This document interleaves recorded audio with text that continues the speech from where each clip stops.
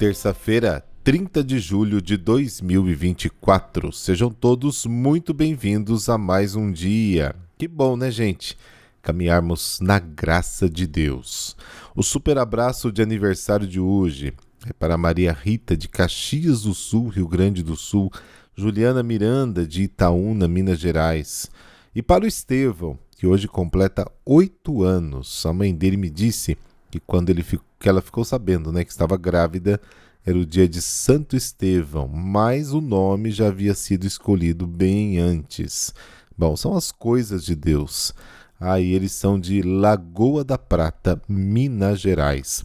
Parabéns aos aniversariantes e que Deus os acompanhe sempre na vida. Este podcast é um oferecimento. Supermercado Cambará.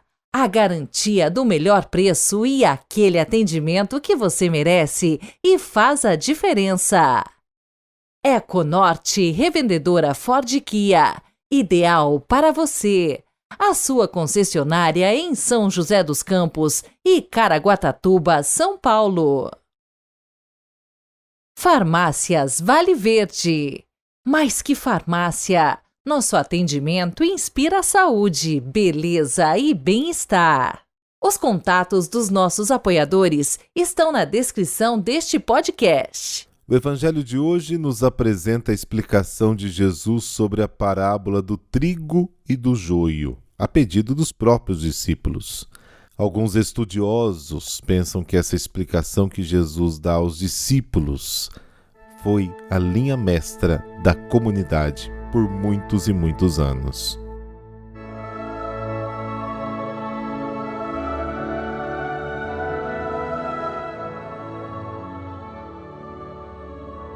Pelo sinal da Santa Cruz, livrai-nos Deus, nosso Senhor, dos nossos inimigos.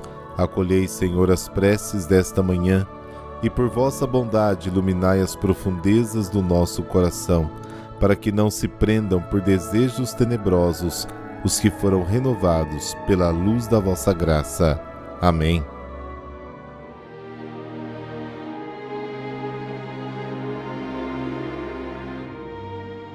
Mateus capítulo 13, versículos de 36 a 43. O Senhor esteja convosco, Ele está no meio de nós. Proclamação do Evangelho de Jesus Cristo segundo Mateus. Glória a vós, Senhor.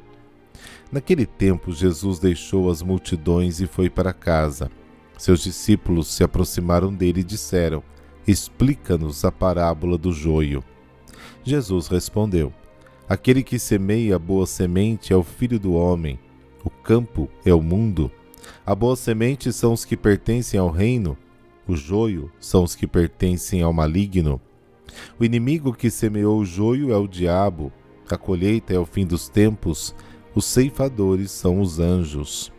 Como o joio é recolhido e queimado ao fogo, assim também acontecerá no fim dos tempos.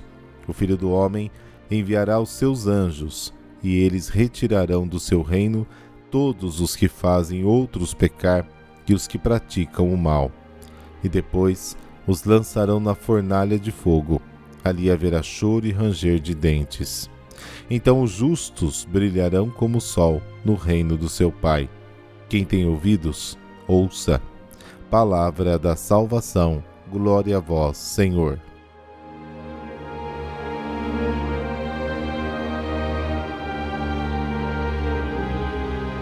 Os discípulos, em casa, conversam e pedem explicação da parábola do trigo e do joio.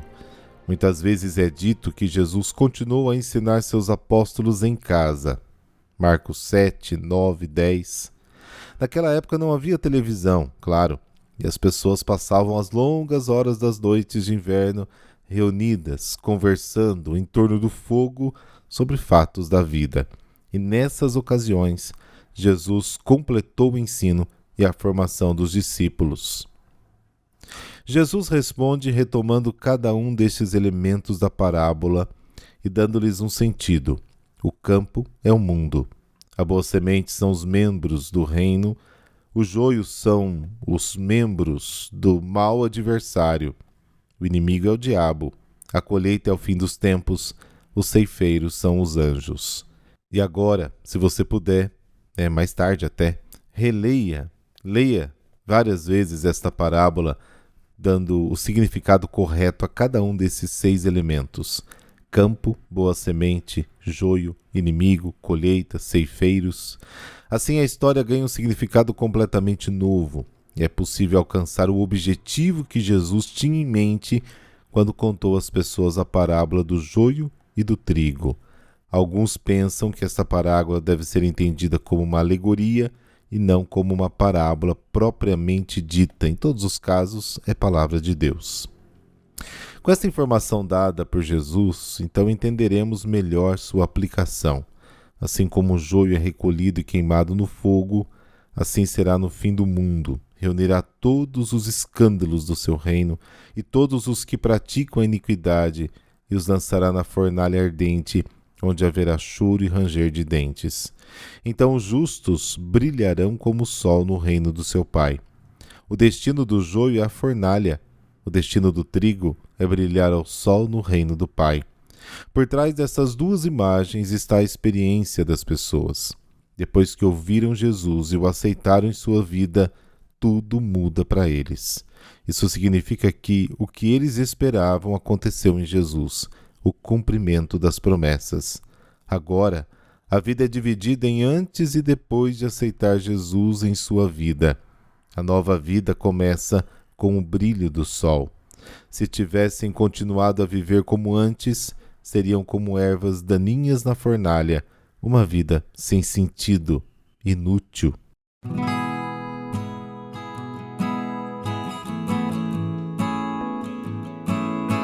São Pedro Crisólogo. Ele nasceu em Imola, uma província de Ravenna, na Itália, em 380. Filho de pais cristãos, foi educado na fé e cedo ordenado diácono. A imperatriz romana Gala Plácida o apoiava, fazendo dele seu conselheiro pessoal e influenciando para que se tornasse arcediácono de Ravenna, que na época era uma capital do Império Romano do Ocidente e a metrópole eclesiástica. E aí, por volta de 433, o imperador romano do Ocidente, Valentiniano III, filho de Gala Plácida, favoreceu sua indicação a vigário-geral, e o Papa Sisto III o nomeou bispo de Ravenna. Foi o primeiro bispo ocidental a ocupar esta diocese.